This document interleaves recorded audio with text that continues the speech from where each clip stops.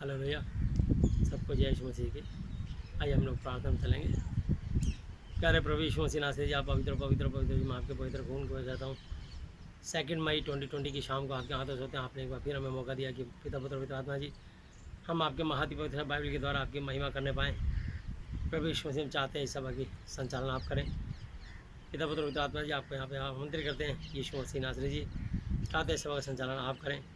परमात्मा पिता यहोवा जी, यीशु मसीह नासरी जी, पवित्र आत्मा जी, आप इस महाति पवित्र शास्त्र के द्वारा बातचीत करें और 2 मई 2020 की शाम को आपके हाथों में देते हैं और चाहते हैं कि प्रभु जी आज का वचन सबके जीवन में हजार गुना फल लेके आने पाए। सबको वचन सुनने वाले कान और वचन ग्रहण करने हृदय देना, जिसकी मानसिक चिंता से आजाद करना चाहिए, आर्थिक समाधान करना, इसको शारीरिक बीमारी से चंगा स्वस्थ करके अपनी महिमा लेना। जो भी आराधना स्तुति महिमा गवाही प्रचार होता है, सब कुछ आपकी महिमा के लिए आपको माने पाए।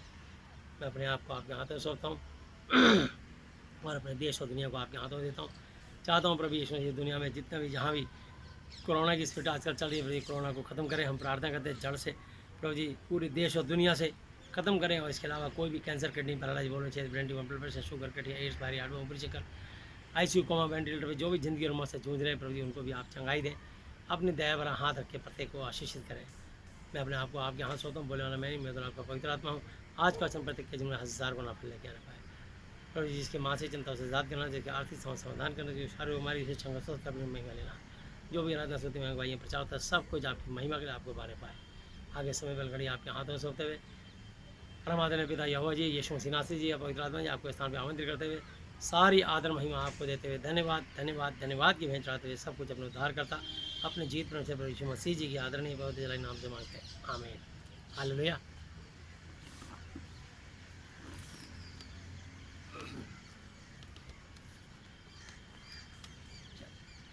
धन्यवाद करते हैं।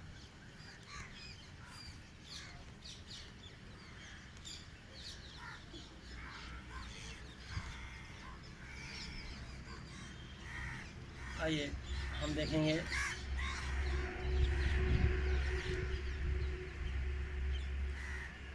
महादि पवित्र शास्त्र में आज परमेश्वर हमें क्या बात करना चाहते हैं। और हम लूका की पुस्तक उसका 15 चैप्टर और उसकी 1 वर्ष से मैं पढ़ने जा रहा हूँ। और ये कहानी है एक उड़ाऊ पुत्र की। और इस दुनिया में बहुत सारे ऐसे बच्चे हैं, इस संसार में लोग हैं जो इस उड़ाऊ पुत्र की तरह जीवन जीते हैं, लेकिन कभी ना कभी उनका जब सब कुछ लुटा जाता है तो उनको अपने परमेश्वर पिता की याद आती। हालेलुया। तो इसलिए आइए हम देखते हैं 15 चैप्टर उसके 1 वर्ष। सब चुंगी लेने वाले और पापी उसके पास आया करते थे ताकि उसकी सुने। और फरीसी और शास्त्री कुड़कुड़ा कर कहने लगे कि यह तो पापियों से मिलता है और उनके साथ खाता भी है।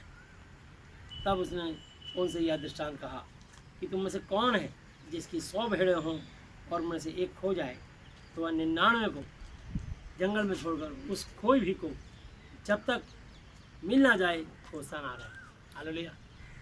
तो मैं आपको बताना चाहता हूँ, जो झुंड में है, जो धर्मी है, जो परमेश्वर का भय मानता है, वो तो धर्मी है। हालेलुया। परमेश्वर किसी भी मंदिर, मस्जिद, गिरजाघर, गुरुद्वारा या पीर की दरगाह पर नहीं रहता, लेकिन ज़्यादातर मनुष्य जाके उन्हीं एक 5 जगह पर धन्यवाद करते हैं। लेकिन ये एक धार्मिक स्थल माने जाते हैं ताकि मनुष्य उस जीवित परमेश्वर, दुनिया बनाने वाले के बारे में जाने और परमेश्वर की आवाज़ सुने। तो बाइबल में लिखा है, जहाँ 2 या 3 मेरे नाम पर इकट्ठे होते हैं वहाँ मैं उनके पीछे मौजूद होता हूँ। क्या तुम नहीं जानते कि तुम परमेश्वर का मंदिर हो, परमेश्वर का तुम में वास करता है। तो यदि कोई इसको नाश करेगा तो परमेश्वर उसको नाश करेगा, क्योंकि परमेश्वर का मंदिर पवित्र वह तुम हो। तो मैं और आप परमेश्वर के मंदिर है। तो जहाँ भी यीशु मसीह और यीशु मसीह के चेले भीड़ देखते थे तो वहाँ लिखा है कि वो मंदिर में प्रचार करने गए।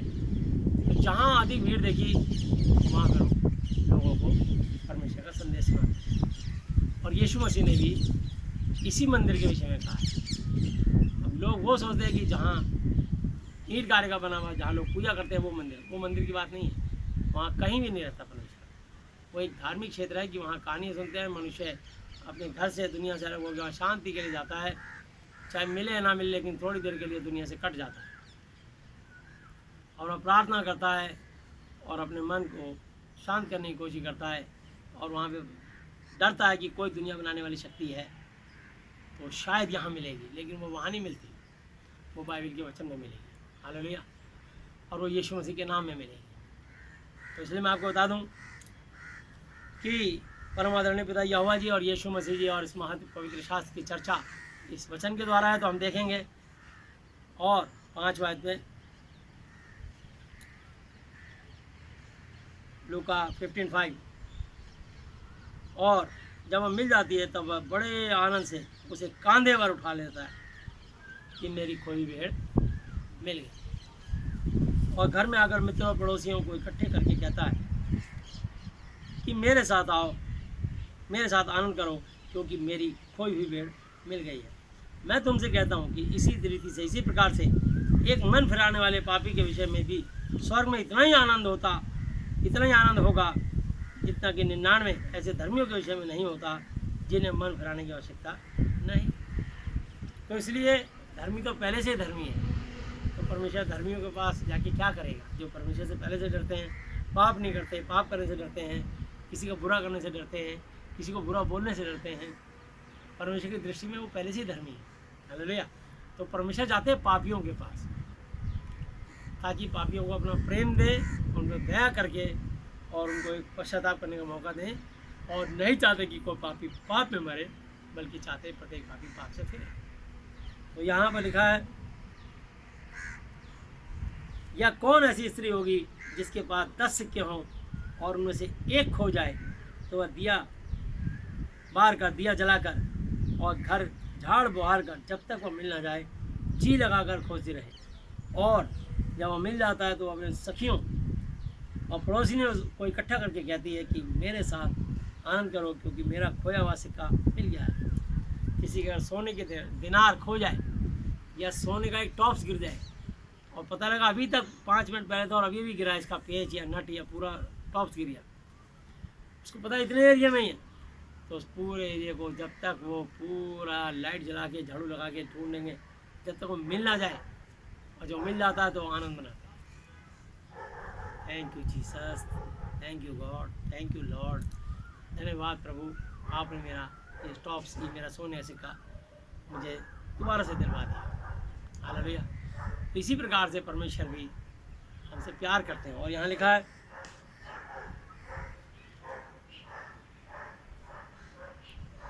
टेन वर्स, मैं तुमसे कहता हूँ कि इसी स्त्री से एक मन फिराने वाले पापी के विषय में परमेश्वर के स्वर्गदूतों के सामने आनंद होता है। फिर उसने कहा, किसी मनुष्य के 2 पुत्र थे, उनमें से छुटके ने पिता से कहा कि हे पिता, संपत्ति में से जो भाग मेरा हो वह मुझे दे दीजिए। उसने उनको अपनी संपत्ति बांट दी। ये आपको सिंपल सा लिख दिया, लेकिन उस लड़के ने बड़ा उधम मचाया होगा, बहुत लड़ाई करी होगी कि पिता मुझे नहीं पता, मेरे को मेरा हिस्सा दे, मेरे को मेरा हिस्सा दे, मेरे को मेरा हिस्सा दे। रोज तंग करता था। आगे पिता तंग आ गया। अब पिता ने तंग आ गया, दोनों को बंटवारा कर दिया। हालेलुया। पर पिता करना नहीं चाहता था, और उस झगड़े को ख़त्म करने के लिए पिता ने उस बच्चे की इच्छा पूरी करने के लिए ऐसा कर दिया। क्या होता है, फिर उसने कहा, किसी मनुष्य के 2 पुत्र थे, उन्हें छुटके ने पिता से कहा कि हे पिता, मेरी संपत्ति में से जो भाग मेरा है वह मुझे दे दीजिए। उसने उनको अपनी संपत्ति बांट दी। और बहुत दिन न बीते थे कि छुटका पुत्र सब कुछ इकट्ठा करके एक दूर देश को चला गया और वहाँ कुकर्म गंदे कामों में अपनी संपत्ति उड़ा दी। गंदे काम, जुआ खेलना, वेश्याओं के पास जाना, अय्याशी करना, वो मेहनत का पैसा नहीं था ना, फ्री का पैसा मिला था, इसलिए उसने उसको खूब बर्बाद किया, खूब ऐश करी। और जब वह सब कुछ खर्च कर चुका तो उस देश में बड़ा अकाल पड़ा और वह कंगाल हो गया, बिल्कुल गरीब दरिद्र हो गया, 1 रुपया भी नहीं था। हालेलुया। और वह उस देश के निवासियों में से एक के यहाँ जा पड़ा। उसने उसे अपने खेतों में सूअर चराने के लिए भेजा, और वह चाहता था कि उन फलियों में से उन्हें सूअर खाते थे, अपना पेट भरे, और उसे कोई कुछ नहीं देता था। जब वह अपने आपे में आया तब कहने लगा कि मेरे पिता के कितने ही मजदूरों को भोजन से अधिक रोटी मिलती है, और मैं यहाँ भूखा मर रहा हूँ। मैं अब उठकर अपने पिता के पास जाऊँगा और उससे कहूँगा कि हे पिताजी, मैंने स्वर्ग के विरोध में, परमेश्वर के विरोध में और तेरी दृष्टि में पाप किया है। कब होश आता है बच्चों को? जब सब कुछ लुटा देते हैं, गंवा देते हैं, अपने घर की इज्जत मान मर्यादा, अपने घर की धन दौलत, सुनते नहीं हैं, अपने माँ बाप को तुच्छ समझते हैं, कहते हैं ये तुम बुजुर्ग हो, बूढ़े हो, आप ओल्ड फैशन के हो, आपको नहीं पता। तो पता है ओल्ड इज़ गोल्ड। कोई बात नहीं, माँ बाप निर्बल हो जाते हैं, दुर्बल हो जाते हैं, कुछ बोलते नहीं है, माँ बच्चों का मुकाबला नहीं कर पाते, छोड़ देते तो पीट पाट के काबू कर लेते थे। बड़े उन पे बच्चे अपनी मनमानी करते हैं, तो माँ बाप आपके तंग होकर कहते हैं चल ठीक है यार, तू खुश रह, देखते अब तेरे को वक्त और हालात और समय सिखाएगा, तब तू जानेगा। तो जब उस बच्चे को समय ऐसा आया कि उस देश में सब कुछ ख़त्म हो गया, अकाल पड़ा और कुछ नहीं था, यहाँ तक कि उसके बाद खाने को कुछ नहीं रहा, नौकरी भी नहीं मिली, तो एक नौकरी मिली कि सूअरों को चलाए, और उसकी तनख्वाह क्या थी कि जो सूअर फलियाँ खाएंगे वही तू खाए। तब उसको अपने दिन याद आया, यार मैं कहाँ था, हैं? मैं अर्श से फर्श पे आके गिर गया, इतनी ऊंचाइयों से ज़मीन पे आके गिर गया, ऐसा क्यों हुआ? मैंने अपने पिता का दिल दुखाया और मैंने परमेश्वर का भी दिल दुखाया। तब जब उसको एहसास हुआ, जब उसने इस बात पे विचार किया, उसने पश्चाताप किया, उसने अपने मन में विचार किया कि मैं अपने पिता यहोवा से भी, यीशु से भी माफ़ी मांगूंगा और अपने संसारी पिता से ही माफ़ी मांगूंगा। बस ये मन में सिर्फ विचार आया। जैसे आप मन में विचार करते हो कि आज मैं अपने पापों से पश्चाताप करता हूँ, आप कोई भी बीमार दुनिया में कहीं पर भी किसी बीमारी से जूझ रहा हो, जैसे आप यीशु मसीह का मेहमान होगे, उसी समय बीमारी आपके शरीर को छोड़ देगी, उसी समय यीशु मसीह को याद करते हैं। हालेलुया। फाइनेंशियली, फिजिकली, मेंटली किसी प्रॉब्लम से आप जूझ रहे हो, तो यहाँ लिखा है 18 वर्ष, मैं अब उठकर अपने पिता के पास जाऊंगा और उससे कहूँगा कि हे पिताजी, मैंने स्वर्ग के विरोध में और तेरी दृष्टि में पाप किया है, अब इस योग्य नहीं रहा कि तेरा पुत्र कहलाऊं, मुझे अपने एक मजदूर नौकर की समान, नौकर की तरह रख ले। तब वह उठकर अपने पिता के पास चला। वह भी दूर ही था कि उसके पिता ने उसे देखकर तरस खाया और दौड़कर उसे गले लगाया और बहुत चूमा अपने बेटे को। पुत्र ने उससे कहा, पिताजी, मैंने स्वर्ग के विरोध में और आपकी दृष्टि में पाप किया है और अब इस योग्य नहीं रहा कि मैं आपका पुत्र कहलाऊं। परंतु पिता ने अपने दासों से कहा, झट अच्छे से अच्छा वस्त्र निकालकर उसे पहनाओ और उसके हाथ में अंगूठी और पाँव में जूतियाँ पहनाओ और पला हुआ बछड़ा लगाकर मारो, ताकि हम खाएं और आनंद मनावें। हालेलुया। उसके हाथ में तुरंत सोने की अंगूठी बना दी, पैरों में बढ़िया नई जूती बना दी, नहला धुला कर उसके कटिंग वटिंग करा के उसको बिल्कुल स्मार्ट बनवा दिया पिता ने, क्योंकि मेरा यह पुत्र मर गया था फिर जी गया। हालेलुया। तो इस दुनिया में मैं आपको बता रहा हूँ, बहुत सारे लोग वहाँ पर पतरस ने कहा कि अपने पिता को दफनाया, बोला मुर्दों को मुर्दे काटने दे, तू मेरे पीछे हो। जो मर गया वो मुर्दा है, जो उसके पीछे दफनाने जा रहे चलते फिरते मुर्दे। तो मेरा बेटा इस संसार में इतने दुनिया में अंधा हो गया था, तो इस दुनिया में लोग इतने अंधे हो गए हैं, मैं आपको बताता हूँ, ये 2 ग्रंथी 4:4 आयत, और यहाँ लिखा है, और उन अविश्वासियों के लिए जिनकी बुद्धि को संसार के परमेश्वर ने, संसार के ईश्वर ने, हालेलुया, परमेश्वर तो एक ही है, वो बहुत सारे ईश्वर हैं, और उन अविश्वासियों के लिए जिनकी बुद्धि को संसार के ईश्वर ने अंधी कर दी है, ताकि यीशु मसीह जो परमेश्वर यहोवा का प्रतिबिंब प्रतिस्वरूप है, उसके तेजों में सुसमाचार का प्रकाश उन पर ना चमके। हालेलुया। तो मैं आपको बताता हूँ कि यहोवा और यीशु मसीह दोनों एक है, अति तेजस्वी। हालेलुया। तो वापस आते हैं हम लोग,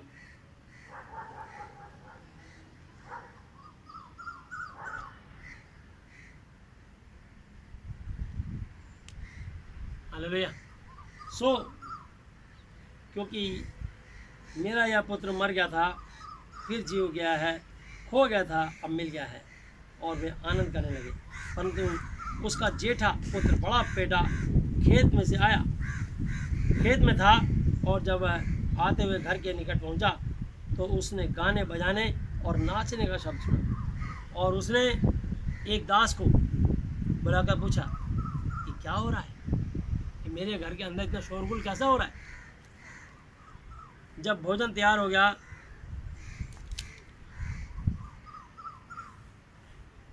उसने उनसे कहा, तेरा भाई आया है और तेरे पिता ने पला हुआ बछड़ा कटवाया है, इसलिए कि उसे भला चंगा पाया है। यह सुनकर वह क्रोध से भर गया और भीतर जाना ना चाहा, परंतु उसका पिता बाहर आकर उसे मनाने लगा। उसने पिता को उत्तर दिया कि देख, मैं इतने वर्ष से तेरी सेवा कर रहा हूँ और कभी भी तेरी आज्ञा नहीं टाली, तो भी तूने मुझे कभी एक बकरी का बच्चा भी नहीं दिया कि मैं अपने मित्रों के साथ आनंद करता। परंतु जब तेरा यह पुत्र जिसने तेरी संपत्ति वेश्याओं में उड़ा दी आया तो उसके लिए तू पला हुआ बछड़ा कटवाया। उसने उससे कहा, पुत्र, तू सर्वदा मेरे साथ है और जो कुछ मेरा है वो सब तेरा ही है, परंतु अब आनंद करना और मगन होना चाहिए, क्योंकि यह तेरा भाई मर गया था फिर जी गया है, खो गया था अब मिल गया है, चला गया था और लौट आया है। हालेलुया।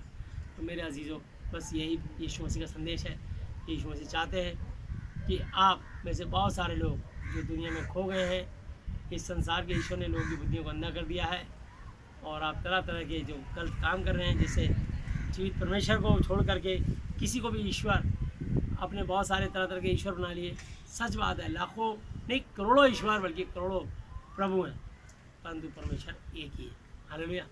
तो मैं आपको पहला कुरिन्थी 8 अध्याय में आपको बता देता हूँ।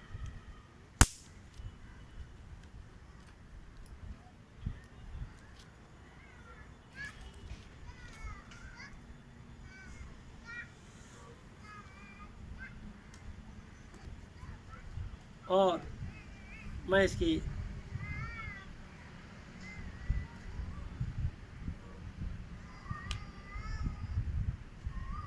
8 की 1 आयत से पढ़ रहा हूँ। हम मूर्तों के सामने बलि की वस्तु के विषय में हम जानते हैं, हम सबको ज्ञान है, पर ज्ञान घमंड उत्पन्न करता है, परंतु प्रेम से उन्नति होती है। हालेलुया। तो परमेश्वर प्रेम है और वो चाहता है कि हम सब परमेश्वर से प्रेम करें, सच्चे और जीवित परमेश्वर से प्रेम करें। परंतु प्रेम से उन्नति होती है यदि कोई समझे कि मैं कुछ जानता हूँ, तो जैसा जानना चाहिए वैसा अब तक नहीं जानता। परंतु यदि कोई परमेश्वर से प्रेम रखता है तो उसे परमेश्वर यीशु मसीह यहोवा जी पहचानता है। मूर्तों के सामने बलि की वस्तु के विषय में हम जानते हैं कि मूर्त जगत में कोई वस्तु नहीं और एक को छोड़ और कोई परमेश्वर नहीं, यद्यपि चूँकि आकाश में और पृथ्वी पर बहुत से ईश्वर कहलाते हैं, जैसा कि बहुत से ईश्वर और बहुत से प्रभु हैं। मैं आपको यही वचन पढ़ाना चाहता हूँ कि लाखों नहीं करोड़ों ईश्वर, करोड़ों प्रभु हैं और करोड़ों धर्मगुरु हैं। और आगे खास बात लिखिए कि पहली बात तो परमेश्वर एक ही है, तो भी हमारे निकट तो एक ही परमेश्वर है, अर्थात यानी पिता, यानी यहोवा, जिसकी ओर से सब वस्तुएं हैं, और उनका इकलौता पुत्र यीशु मसीह, और हम भी उसी के लिए हैं। और एक ही प्रभु है, अर्थात यानी यीशु मसीह, जिसके द्वारा सब वस्तुएं हुई और हम भी उसी के द्वारा हैं। परंतु सबको ये ज्ञान नहीं, नहीं, इसलिए भटकाव है। हालेलुया। तो ये सारे आकाश, सूरज, चांद, सितारे, धरती, प्रकृति, पेड़ पौधे, पशु पक्षी, जीव जंतु, मैं और आप सब उसी के द्वारा क्रिएट किए गए। यीशु और यहोवा दोनों एक हैं, पर यहोवा पिता हैं और यीशु मसीह पुत्र बन गए, हमारी आंखें खोलने के लिए आए। परमेश्वर अपने दासों को भेजते रहे। जब लोगों ने दासों की नहीं सुनी, तब परमेश्वर ने अपने इकलौते पुत्र को भेजा कि शायद ये मेरे पुत्र का आदर करेंगे। लेकिन शैतान ने देखा, अरे ये तो वारिस है, तो ऐसा करो, इस वारिस को हत्या कर दो। अगर वारिस मर जाएगा तो ये शैतान की सोच थी कि अगर मैं यहोवा के इस इकलौते बेटे को, वारिस को ही मार दूंगा, तो मैं स्वयं यहोवा के स्थान पर यहोवा बन जाऊंगा। और उसको नहीं पता था कि यहोवा, वो जानता तो है पर इतना नहीं पता था कि इतना कर देंगे।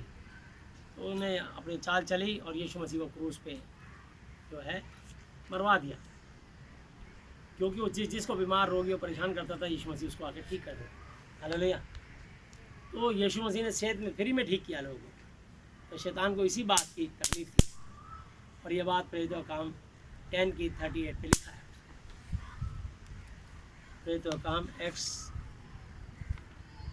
10 चैप्टर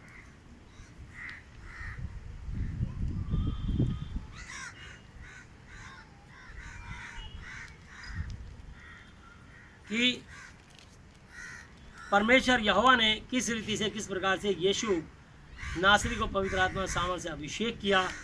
जैसे उनका अभिषेक हुआ वह भलाई करता और सबको जो शैतान के सताए हुए थे अच्छा करता फिरा, क्योंकि परमेश्वर यहोवा उसके साथ था। ऐसे यहोवा उसके साथ था, ऐसे यीशु मसीह हमारे साथ है। इसलिए आज लोग हमारी प्रार्थनाओं से, हर पास्टर, हर विश्वासी, हर बिशप, हर एक की दुआओं से यीशु मसीह लोगों को ठीक कर देते हैं। और ठीक करने वाले से यीशु मसीह होते हैं, कोई दास नहीं होता। दास दुआ करता है, दया यीशु मसीह करते हैं। हालेलुया। तो मैं आपको बताना चाहता हूँ, इसलिए प्रभु ने, तो शैतान ने देखा कि अरे तो बारिश है, बारिश को मार डालो, और यहोवा ने अपनी सामर्थ से अपने बेटे को 3 दिन 3 रात के बाद जिंदा कर दिया। और आगे लिखा है इसमें 39 वर्ष पे, प्रेरितों का काम 10 की 39, और हम उन सब कामों के गवाह हैं जो उसने यहूदिया के देश और यरूशलेम में भी किए, और उन्होंने उसे काठ पे लकड़ लटकाकर मार डाला। उसको परमेश्वर यहोवा ने तीसरे दिन जिलाया, जीवित किया और प्रकट भी कर दिया है, सब लोगों को नहीं वरन उन गवाहों को जिन्हें परमेश्वर ने पहले से चुन लिया था, अर्थात हमको, जिन्होंने उसके साथ मरों में से जी उठने के बाद उसके साथ खाया पिया। और उसने हमें आज्ञा दी कि लोगों में, पब्लिक में प्रचार करो गवाही जो कि वही है जिसे परमेश्वर यहोवा ने जीवतों, जिंदों और मरे हुए का न्यायी हाकिम ठहराया है। उसकी सब भविष्यवाणी करने वाले भविष्यता गवाही देते हैं कि जो कुछ पर विश्वास करेगा उसको उसके नाम के द्वारा क्षमा मिलेगी। और इसकी मैं 23 वर्ष पढ़ रहा हूँ, 11 चैप्टर 23। वह वहाँ पहुँचकर परमेश्वर के अनुग्रह को देखकर आनंदित हुआ और सबको उपदेश दिया कि तन मन लगाकर प्रभु से लिपटे रहो, प्रभु यीशु मसीह से, इस वचन से लिपटे रहो। हालेलुया। क्योंकि वह एक भला मनुष्य था और पवित्र आत्मा और विश्वास से परिपूर्ण था, और बहुत से लोग प्रभु में आ मिले।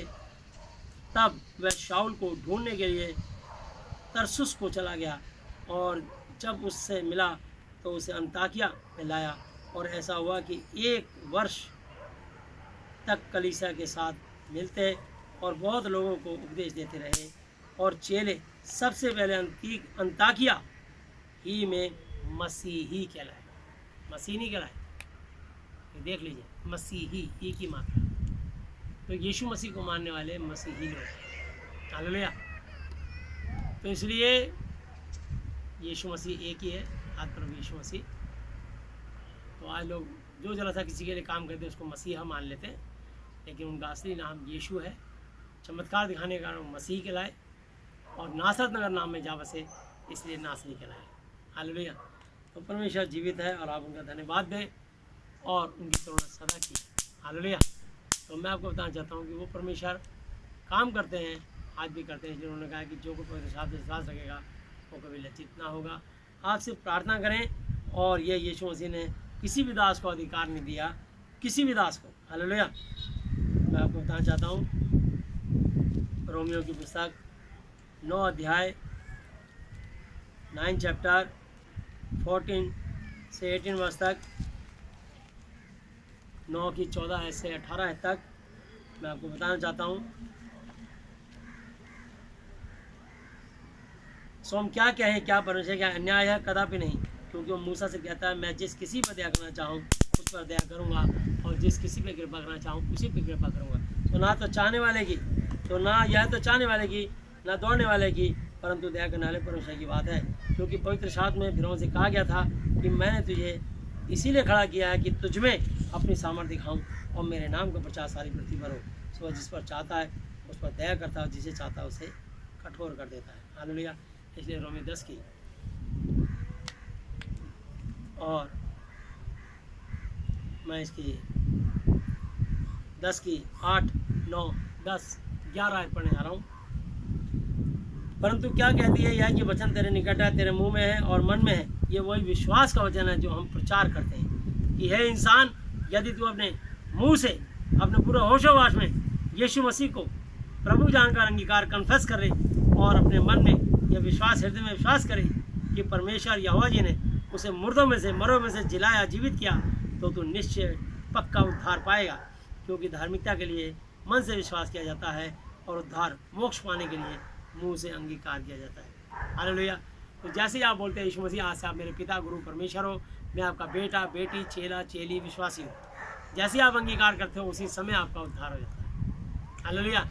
और 11 पे लिखा है, क्योंकि पवित्र शास्त्र ये कहता है कि जो कोई उस पर विश्वास करेगा वह कभी लज्जित, अपमानित, बेइज्जत, शर्मिंदा नहीं होगा। हालेलुया। और 13 पे लिखा है, क्योंकि जो कोई प्रभु यीशु मसीह का नाम लेगा वह उद्धार, मोक्ष, मुक्ति पाएगा, पाएगी। 15 पे लिखा है, और प्रचारक बिना क्यों कर कैसे सुने, और यदि भेजे ना जाए तो क्यों कर प्रचार करें। जैसा लिखा है कि उनके पाँव क्या ही सुहावने हैं जो अच्छी बातों का सुसमाचार सुनाते हैं। और 17 पे लिखा है, सो विश्वास सुनने से और सुनना यीशु मसीह के वचन से होता है। तो प्रभु यीशु मसीह जी अब तक के अपने जीवित वचन में पढ़े सुन जाने पर हमें से प्रत्येक को बताया से आशीष है। आमीन। हालेलुया। तो इसलिए अब हम प्रार्थना में चलेंगे।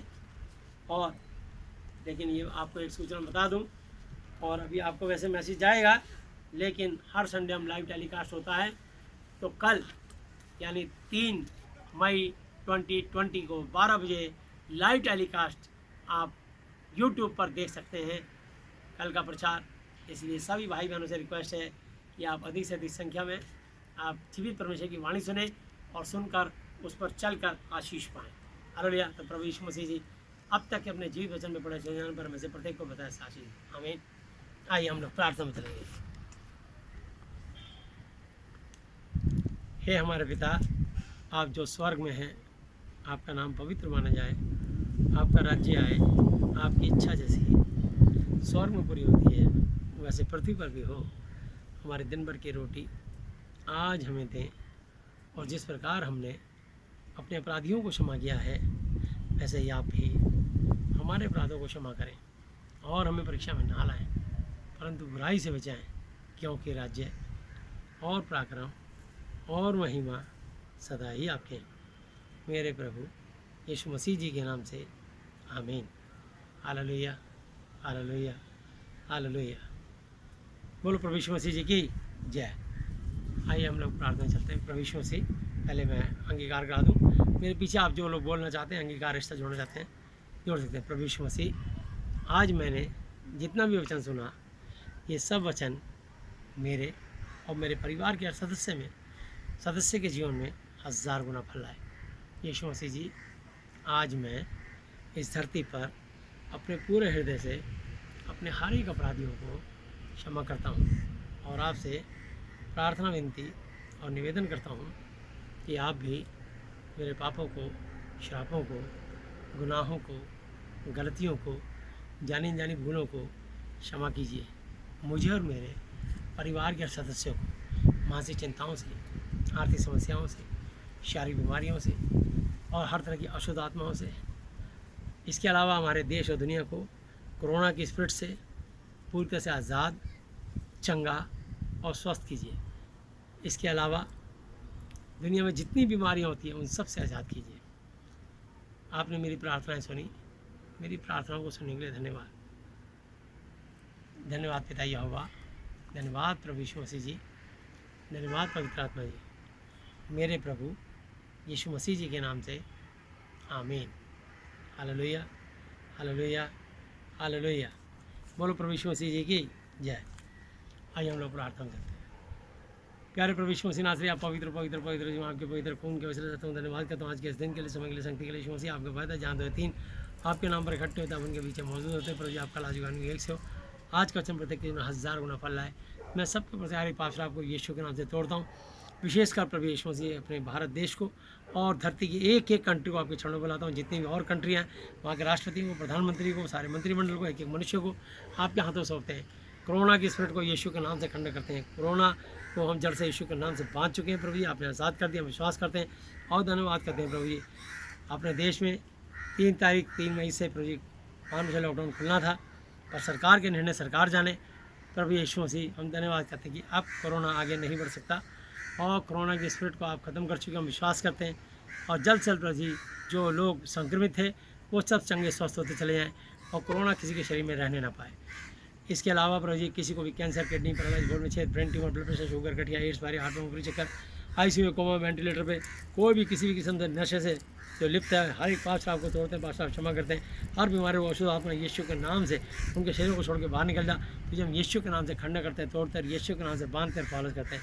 धन्यवाद यीशु मसीह, आपके मार खाने से, कोड़े खाने चंगे स्वस्थ हो चुके हैं, आपके क्रूस पे चढ़ने द्वारा चंगे स्वस्थ हो चुके हैं, आपके पसली पे भाला खाने द्वारा चंगे स्वस्थ हो चुके हैं, आपके सिर पे कांटों को ताज करने द्वारा चंगे और स्वस्थ हो चुके हैं। यीशु मसीह में एक नई सृष्टि वदन की आगे नहीं, पुरानी बातें बीत गई, देखो सब नहीं हो गई, आपके आशीष अनुग्रह चंगाई के हम धन्यवाद करते हैं। सारी आदर महिमा आपको देते हैं, धन्यवाद करते हैं। फ्रैंकली मैसी, विद्या मैसी को आपने चंगाई दी, इसके लिए हम धन्यवाद करते हैं। डॉक्टर विजय कुमार विलियम और आप सब फेलोशिप के एक जन को पता है आशीष दें, सारी मंडलियों को आशीष दें, जितने भी प्रभु यीशु मसीह हम प्रार्थना करते हैं हमारे भारत देश के राष्ट्रपति, उपराष्ट्रपति और प्रभु यीशु मसीह माननीय प्रधानमंत्री और जितने भी मंत्रिमंडल हैं, जितने भी लोकसभा राज्यसभा के MP हैं और महान जितने भी प्रभु यीशु मसीह चीफ मिनिस्टर और प्रभु यीशु मसीह MLA, काउंसलर और जितने भी प्रभु जी जल सेना, थल सेना, वायु सेना अध्यक्ष और जितने भी प्रभु यीशु मसीह देश में प्रभु जी जितनी बॉर्डर की सीमा पे प्रभु जी जितनी बटालियन लगी हैं उन सबको, उनके परिवारों को भी आपके लहू में कवर करते हैं।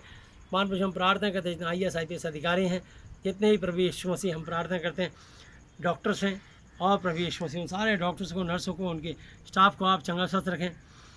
जितने पुलिस मैन हैं प्रभु यीशु मसीह, जितने सफाई कर्मचारी हैं उन सबको बचा के रखें प्रभु जी। इसके अलावा हम प्रार्थना करते हैं प्रभु यीशु मसीह जितने भी प्रभु यीशु मसीह NGOs हैं और जितने भी प्रभु यीशु मसीह महाप्रभु हम प्रार्थना करते हैं वाइस चांसलर और प्रभु यीशु प्रोफेसर, प्रिंसिपल, टीचर्स और बच्चे, स्टूडेंट्स हैं और प्रभु जितने भी प्रभु यीशु मसीह शॉपकीपर्स, जितने भी परचून के दुकानदार और प्रभु बेकरी वाले और प्रभु फल फ्रूट वाले और प्रभु यीशु मसीह दूध वाले और महान प्रेशर हम प्रार्थना करते हैं महान प्रेशर की जितने भी NGOs और जो भी प्रभु तन मन धन से सेवा कर रहे हैं, एक एक व्यक्ति को आपके हाथ सौंपते हैं, धोबी मोची नाई कोई भी हो, सबको आप सुरक्षित करें और देश और दुनिया से कोरोना खत्म करके आशीष दीजिए प्रभु जी। महान प्रेशर हम प्रार्थना करते हैं अपने देश पर आप दया करें और प्रार्थना करते हैं प्रभु यीशु मसीह एक एक जन को आशीषित करें।